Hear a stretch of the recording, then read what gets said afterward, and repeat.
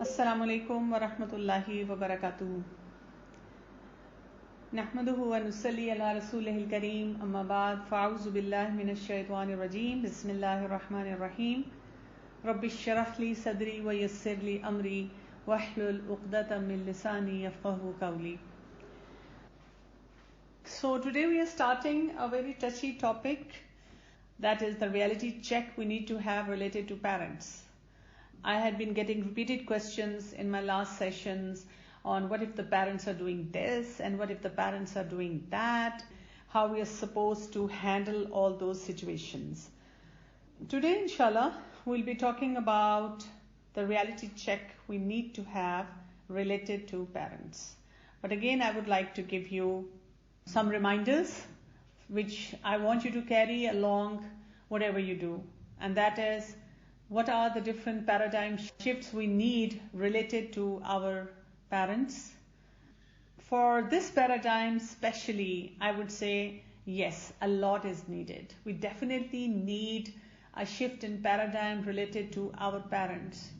Because when you are young, you have your own dreams, you are loaded with desires, energies, and there is this one person, or I would say a couple, which is pulling you back, that sometimes you feel is your parents. So we need to understand different aspects related to our relationship with our parents. And I would again say, also please remember what are your principles, because your relationship with your parents is going to be based on those principles that you carry. If your principles are messed up, or you feel that you are so grown up, you have a right to do whatever you want to in your life, obviously then whatever your parents tell you to do will fall very heavy on your heart. It will be very difficult for you to accept any of that. Principles are important, and again, we want to move from theory to practice, actual practically doing things. We want to focus on being motivated ourselves. Yes, reminders are always important, but we need to do things on our own rather than expecting other people to give us reminders that this is what we are supposed to do.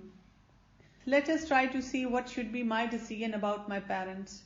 And let me give you one reality over here, which is, you like it or not, but your parents will be part of your life much longer than anyone else who is with you. You can go back in your playgroup days.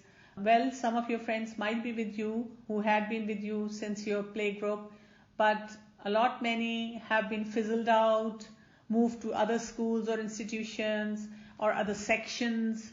There were times when you were best buddies, but now you no longer are either at good terms, or you don't have time for each other, or you feel that you have learned to move on. But in all these time frames, your parents had always been there with you. If I look at my whole life, I could see so many relatives, so many colleagues, so many friends who had been there. I enjoyed my time with them. I learned so much from them. But ultimately everything went by. And my parents, alhamdulillah, they are still here. So that is why it is very important that we invest in this relationship rather than take it for granted, or just keep complaining about this relationship, or just avoid this relationship, or just sort of give this expression, well, what else can I do, and I just have to be with my parents, or my parents have to be around me. So not that kind of a gesture. That's not a good gesture that we use for our parents. Our decision has to be, either I can take a high road with my parents, that is, work on building a good relationship with them, work through different problems, most importantly, show a lot of love and respect. Or I can take a low road with my parents, which would be give up on this relationship when I'm going to be done with, have my own life, and can do whatever I want to in my life, rather than being with my parents. And while you are with your parents, you're fighting, you're sulking each time you have a disagreement. And trust me, living with your parents, you will have multiple disagreements. And again, the low road would be you show no respect towards them. So the choice is yours, no matter what the parents are like, but this is a choice that you have to make very wisely. Okay, let's come to the questionnaire for today. You know the scoring system? I have good relationship with my parents. Please start scoring yourself from 1 to 5. I show my parents respect. My parents trust me. I frequently help out my parents without being asked. I know a lot about my parents, such as their likes, dislikes, dreams, values, and what makes them tick. My parents know a lot about me, such as my likes, dislikes, dreams, values, and what makes me tick. My parents and I communicate well with each other. We are pretty good at solving problems of conflict. If and when we do fight or argue, my parents and I make up pretty quickly. I can honestly say that I love my parents. So now you can score it. If you have scored between 40 to 50, you are doing pretty good. And you just have to enhance that work. And in fact, you can go reach out to a lot of your friends and guide them as well. If you're scoring between 30 to 39, that means, you have struggles. There is a lot of potential in you and you can improve your relationship with them. But there's a big concern if your score is under 30, 10 to 29. That means you need to pay a lot of attention to these sessions. And you need to obviously, work on your relationship with your parents, not create misery for them as well as for your own self. So how do we build these relationships? That's a challenge that we have to talk about today. For that, as I told you, you need to have relationship bank account and you need to build that relationship bank account and you need to be really, really clear on what are the deposits which will help me establish that relationship and what are the withdrawals which are going to have disastrous results on me. So the deposit is going to be understand what's important for them. The withdrawal would be assume you know that. You have to actually see what they like. It could be something like cleanliness standard, praying 5 times a day, wearing your hijab properly, hanging out with the right kind of crowd according to what their perception of the right kind of crowd is. So that is going to be obviously a deposit. But if you assume things and then you make your own decisions, that will be a big withdrawal. Okay, telling the truth or withdrawal would be lie and cover up.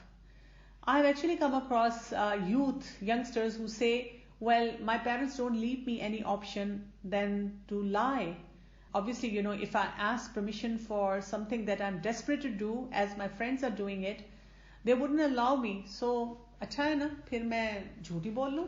Because of their strictness that I have to lie, I end up lying. But we have to understand it's a very big withdrawal. Another important deposit is you sense the need and you do it. The withdrawal is you wait until you are told. It could be anything at home. You just have to see that your parents are also humans. They are much older than you. They have less stamina, less energy than you, and they're juggling with multiple challenges. Sometimes what we do as youngsters is only think about my life and my plans and what I want to achieve in my life. That leads to the withdrawal. Deposit is going to be remember the little things, and withdrawal is forget that little things. Like small things that they're very careful about or they expect you to do. That really is a big deposit.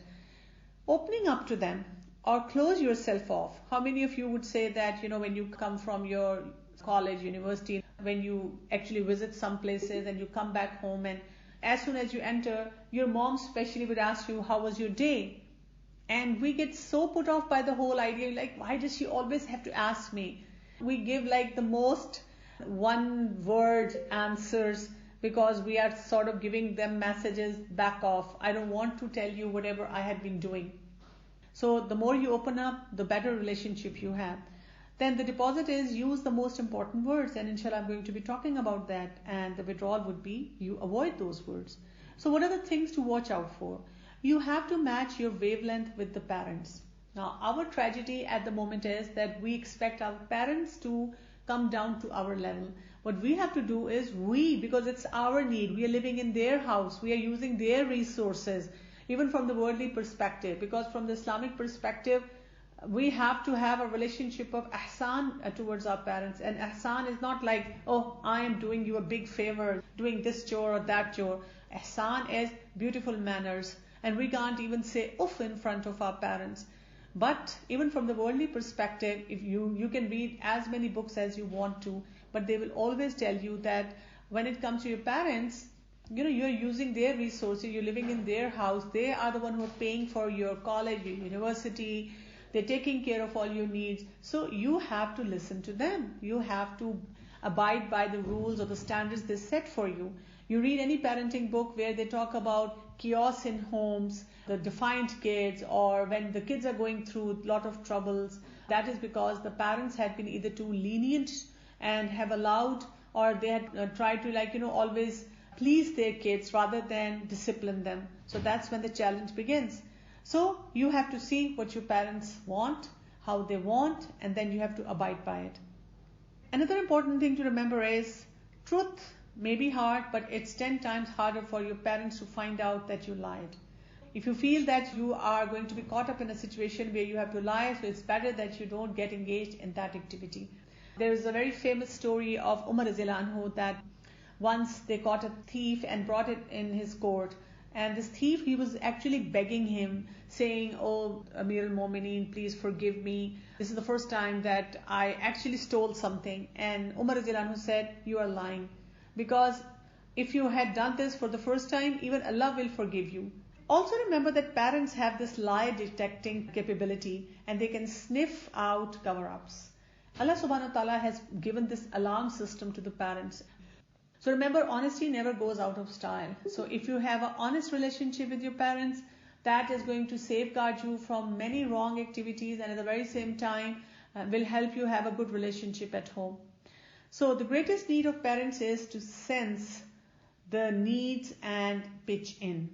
And that is what you have to do. So when it comes to relationships, the little things are the big things. So parents may not always be cool, but they are wise. And most important words that you use with them, like please, thank you, I love you, how can I help, sorry. Let's look at some of the things that bother youngsters, and let's try to look why they bother. The reality is parents are annoying.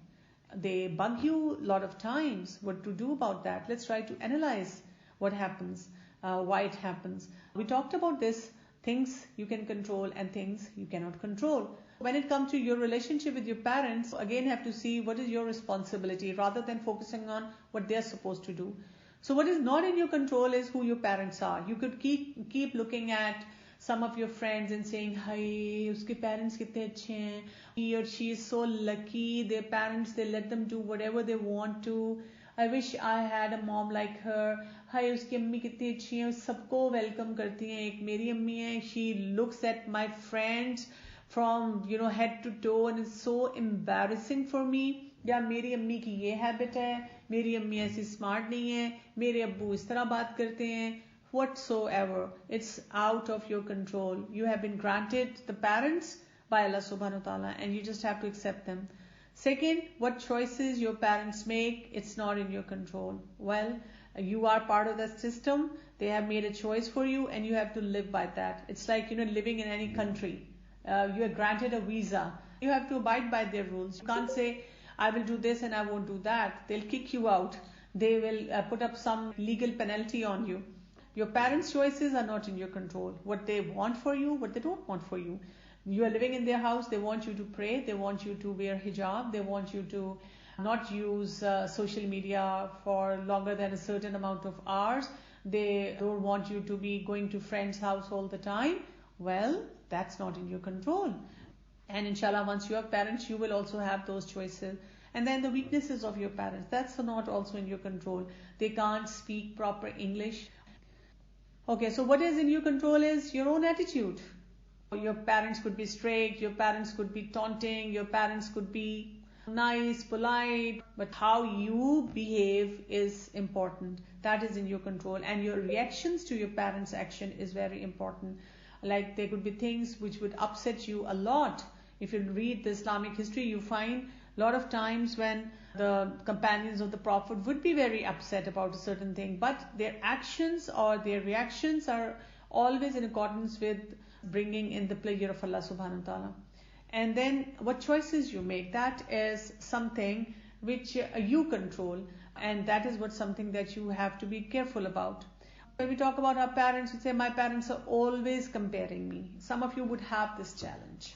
Your parents would be comparing you to friends, to cousins, to even siblings. And that is really, really hurtful. You have to understand why they do it. For some strange reason and with the best intention, parents think that comparing you to someone else will motivate you. And that's the challenge of a lot of parents. बेटा देखो तुम्हारी बहन पढ़ रही है, तुम भी पढ़ लो. देखो उसने कमरे की सफाई कर ली है, तुम भी कर लो. If they say I did something and you do it, so it will be like, Mom, you are older than me, you're more experienced than me. So they somehow feel, maybe when they tell you someone your age or younger than you is doing something, why can't you do it? So it's out of like, motivation. A lot of parents, they fail to understand that this comparison is a killer. The important thing for us is to understand ourselves. She's probably trying to motivate me. Every teen knows it does opposite. Well, if your mom compares you to your previous self, you can always give yourself a pat that I'm smarter now. First, try not to take it too personally. That's like the key word over here. Try to understand them. This has been happening for centuries. Every time there is a parent and a kid, the parents are making almost similar mistakes, parenting mistake, and the kids, they keep promising themselves, we won't make those mistakes.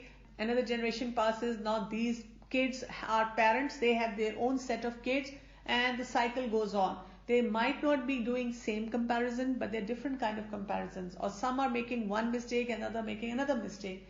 So it is important that you don't take it personally. You may want to make them aware of how they feel. Another important thing that we have to understand is, while we are totally bugged by the comparisons that our parents make, but when we go in front of our parents, we are always comparing them with the parents of my friend. So we don't find that offensive. We feel, I need to tell my parents how liberal usually parents are. We don't understand our side of the story, but we are always thinking of, like other people. Another thing is that my parents are never satisfied. This is also a challenge that many kids live with. So don't start thinking that your parents don't love you. That's an important thing to understand over there. Point out all good stuff you do. Basically, they want to see you excelling and doing the best. They want to stand up somewhere and say, look at my kid. My kid is the best kid of the universe. And we end up saying, no dad, no mom, it's embarrassing, don't say that. And they want to show everything that we had been doing from the time we were born till all the blunders that we did and how we have made all those achievements. They keep comparing us, they keep challenging us, they keep telling us you can do even better than what you have done right now. The parents are embarrassing. You need to understand, my mom is weird, she'll always come and sit with my friends and start talking about the time when I was in grade 1 and I used to do this and that. You have to just accept it. That's how it is, and just laugh it off.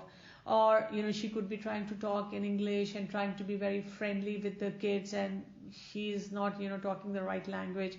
So they're out of touch with what's in these days. That's how we feel. But they're very good at some of the important things in life, like how to bounce back after you get dumped. Put yourself in your parents' shoes when you are making fun of them. How would you feel if someone is making fun of your accent, the way you dress up, what you're cooking, or how you're ordering food, or how you're talking to a delivery person? And then we are laughing at them, or we are saying, Ammi ye na kare, uff Allah, Abbu ye kar diya. She doesn't even know कि Twitter पे कैसे क्या post करना है, उन्होंने ये डाल दिया, और Instagram पे ये कर दिया. So when we're making remarks like that in front of them, they are still working on their relationship towards us.